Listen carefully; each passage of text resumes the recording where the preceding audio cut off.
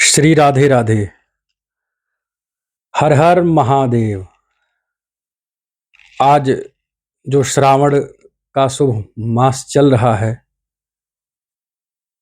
इसमें मैं नित्य कुछ न कुछ प्रेषित करने का कोशिश कर रहा हूँ, प्रयास कर रहा हूँ कि कुछ न कुछ भगवान शिव के विषय में, उनके भक्ति, उनके भक्त, उनके कृपा के विषय में चर्चा हो।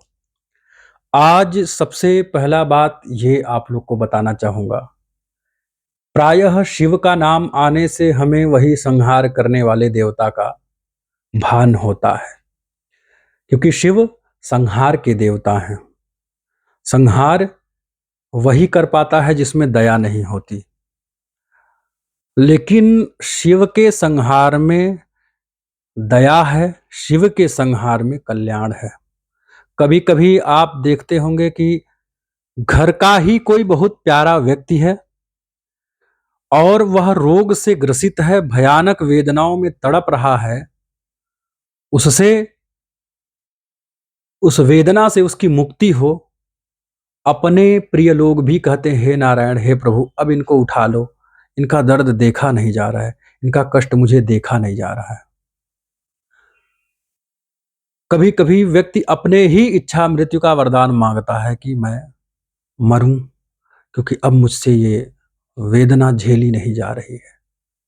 लोग आत्महत्या कर लेते हैं क्योंकि कुछ कष्ट ऐसे भी आ जाते हैं जीवन में जो जीवन से बड़े होते हैं, जीवन छोटा पड़ जाता है। यानी किसी न किसी रूप में संहार सबको स्वीकार करना पड़ता भी है और संहार आवश्यक है। यदि संहार ना हो तो जो वेदना है उसकी चरम सीमा तक हर जीव पहुंच जाएगा।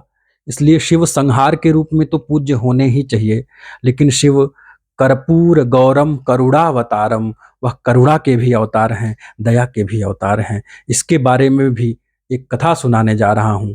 एक शिव पुराण के अंतर्गत यह कथा वर्णित है। रुद्र संहिता में एक भगवान के बहुत श्रेष्ठ भक्त शंकर भगवान के हुए हैं गृत्समद जी। गृत्समद जी ब्राह्मण हैं, पर उनके पास व्यवस्थाएं बहुत अच्छी नहीं हैं। उनके पास खाने का, रहन सहन का, पहनने का व्यवस्था नहीं है।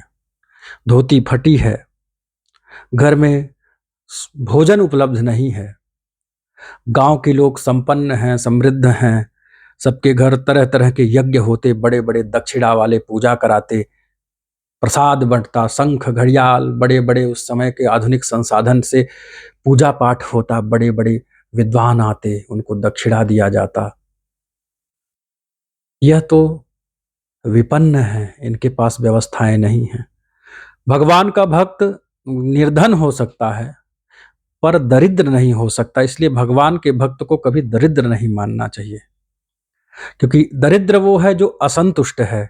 सुदामा भी दरिद्र नहीं है क्योंकि सुदामा संतुष्ट है, और गृत्समद जी भी संतुष्ट हैं।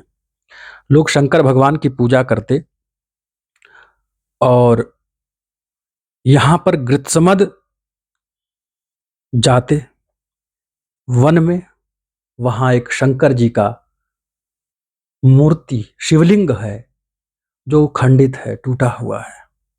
इनकी कमंडलू भी टूटी हुई, फूटी हुई कमंडलू, फटी हुई धोती, और जलाशय से जल भर कर जाते, भगवान शंकर के ऊपर अर्पण करते और कहते, बाबा मेरे पास कुछ भी नहीं है, ये जल मेरी आत्मा है और मैं अपनी आत्मा आपको अर्पण कर रहा हूं। हे बाबा, इसे स्वीकार करो, मेरे ऊपर कृपा करो। न, कोई यज्ञ नहीं, कोई दान नहीं, कोई व्रत नहीं, नदी में स्नान करते, उसी टूटे शिवलिंग पर जाकर के अर्पण करते। एक नाम शिव का, एक मंत्र, पंचाक्षर महामंत्र, यही चलता।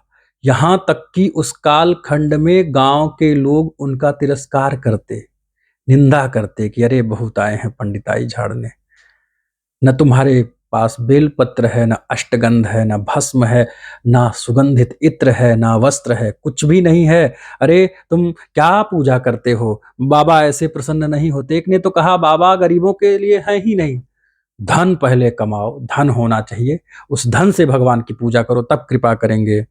और गृत्समद मुस्कुराए, उनकी बातों को सुनकर मुस्कुराया करते थे और बोलते थे उन लोगों से कि भोलेनाथ की जो विधि, जो भोलेनाथ की पूजा की विधि नहीं जानता और जिसके पास ना कोई विधि है, ना कोई सामग्री है, उसके अंतर मन में शिव के प्रति भक्ति हो और उस भक्ति के कारण दो बूंद आंसू गिर जाए, वही अश्रुपात, वही अश्रु ही परम पुरुषार्थ है, वही भाव से निकले हुए आंसू ही शिव को स्वीकार हैं।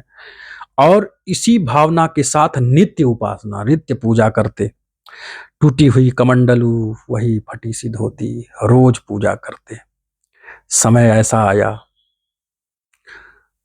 शिवरात्रि था, सबके घर विविध प्रकार के पूजन सामग्री, पूजन व्यवस्थाएं, भोग अर्पण हो रहे हैं, शंख घड़ियाल बज रहे हैं।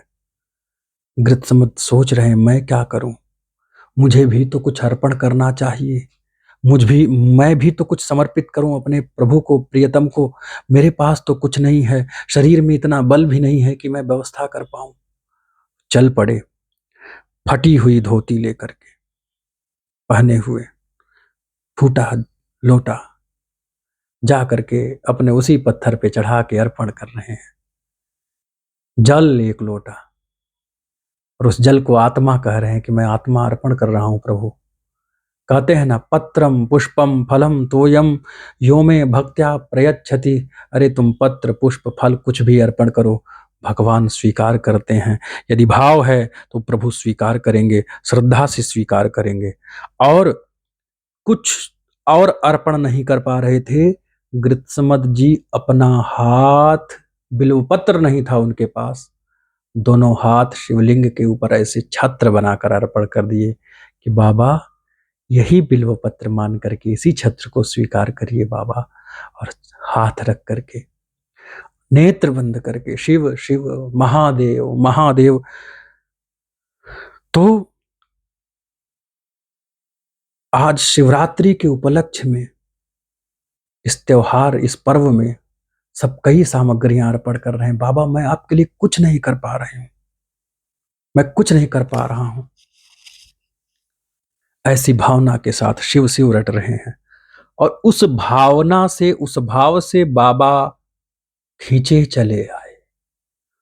एक दिव्य ज्योति प्रकाशित हुई, सामने देखे त्रिनेत्रधारी डमरू बजाने वाले बाबा, त्रिशूल वाले, करुणावतारम, कर्पूर गौरम करुणावतारम, संसार सारम, भुजगेंद्र हारम, सदा वसंतम हृदयारविंदे, भवम भवानी सहितम नमामि। बाबा कर्पूर गौर है, जिनका वर्ण कपूर की तरह, और करुणा के अवतार हैं साक्षात, संसार के सार तत्व हैं और जिनके द्वारा संसार की उत्पत्ति होती है।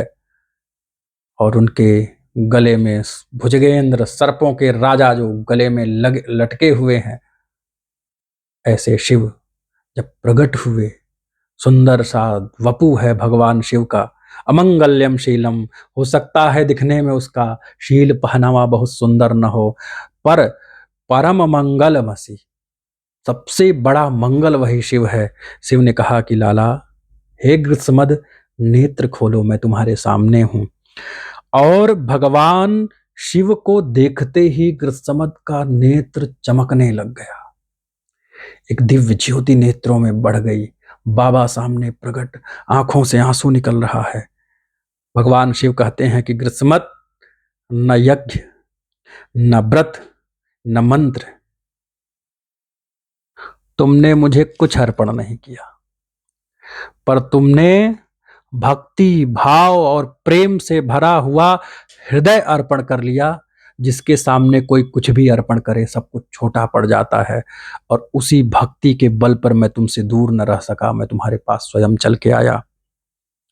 कह रहे हैं कि न मंत्रैर न च तीर्थैश्च, न शास्त्रैर न च यज्ञकैः, प्रीयते भक्ति पूतेन मनसा शंकरो यथा। कि मंत्र, तीर्थ, यज्ञ, शास्त्र यह सब तभी फल देते हैं जब मन में भक्ति हो, भगवान के प्रति भक्ति से भरा मन हो। शंकर तो केवल भक्तिपूर्ण मन को ही स्वीकार करते हैं और उसी से प्रसन्न होते हैं। और भगवान शिव ने आशीर्वाद दिया कि गृत्समद, संसार में तुमने जो विपन्नता झेली है, खाने को नहीं था लेकिन प्रेम कम नहीं हुआ, पहनने को नहीं था प्रेम कम नहीं हुआ। और यहाँ हम छोटी सी बात पर अगर हम पूजा पाठ कर रहे हैं और हमारी भोग विलास की कामनाएं वासनाएं पूरी नहीं होती तो हम इष्ट बदल देते, हम कहते भगवान तो हमारे ऊपर कृपा करते ही नहीं, मैं क्यों पूजा करूं। मंदिर तोड़ने लग जाते हो, फोटो फेंकने लग जाते हो, मंत्र का तिरस्कार करने लग जाते हो। और गृत्समद सब कुछ झेले, समाज का अपमान झेले, लेकिन तुम अडिग रहे अपनी भक्ति पर, और वही वही मुझे खींच के लाया तुम्हारे पास।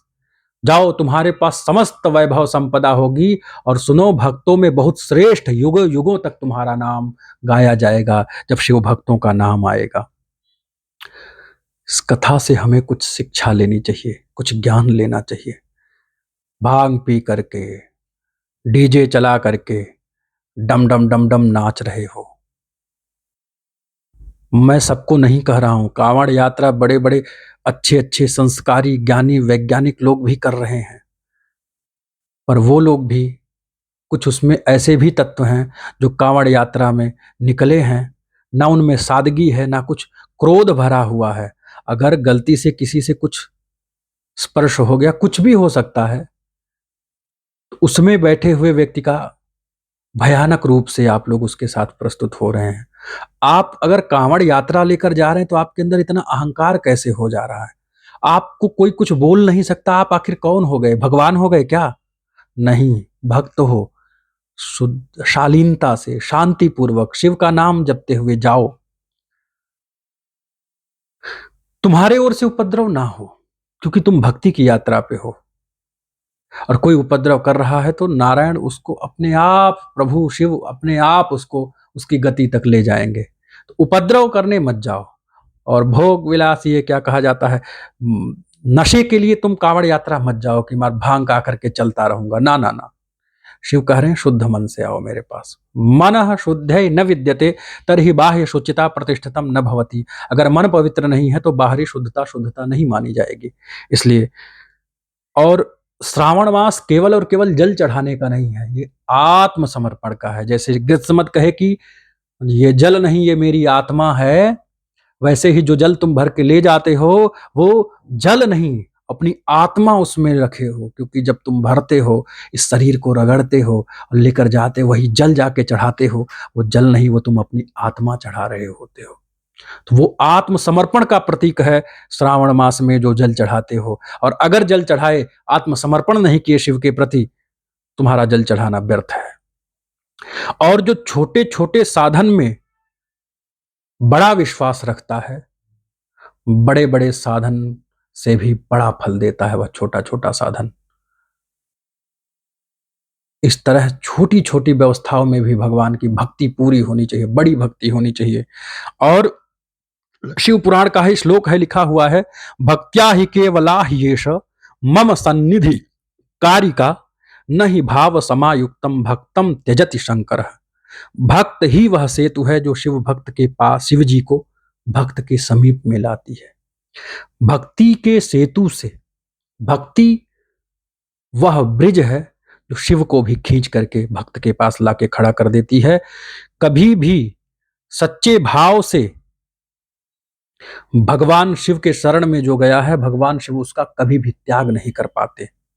और जब वरदान प्राप्त किया गृत्समद ने, तो गृत्समद ने एक वाक्य कहा है कि तू मंदिर जाए या ना जाए, तू शिवालय जा पाए या ना जा पाए, दूध जल पत्र पुष्प चढ़ा पाए न पढ़ चढ़ा पाए, यदि तू अपने हृदय के कमंडलू में भक्ति और प्रेम भर के और शिव पर अर्पण कर दे, शिव खींचे चले आएंगे। शिव तुमसे दूर ही नहीं रह पाएंगे। भोलेनाथ तुमसे मिलने जरूर आएंगे, अवश्य आएंगे। इसलिए अपने मन में भक्ति का वह दीपक जला करके और भगवान शिव की उपासना करो और गुनगुनाओ कि हर हर महादेव शंभो, काशी विश्वनाथ गंगे। हर हर महादेव शंभो, काशी विश्वनाथ गंगे। काशी विश्वनाथ गंगे, माता पार्वती संगे। हर हर महादेव शंभो, काशी विश्वनाथ गंगे। शंभो शंभो शंभो शंभो शंभो शंभो शंभो शंभो। हर हर महादेव शंभो, काशी विश्वनाथ गंगे। हर हर महादेव शंभो, काशी विश्वनाथ गंगे। नमः पार्वती पतये, हर हर महादेव। राधे राधे।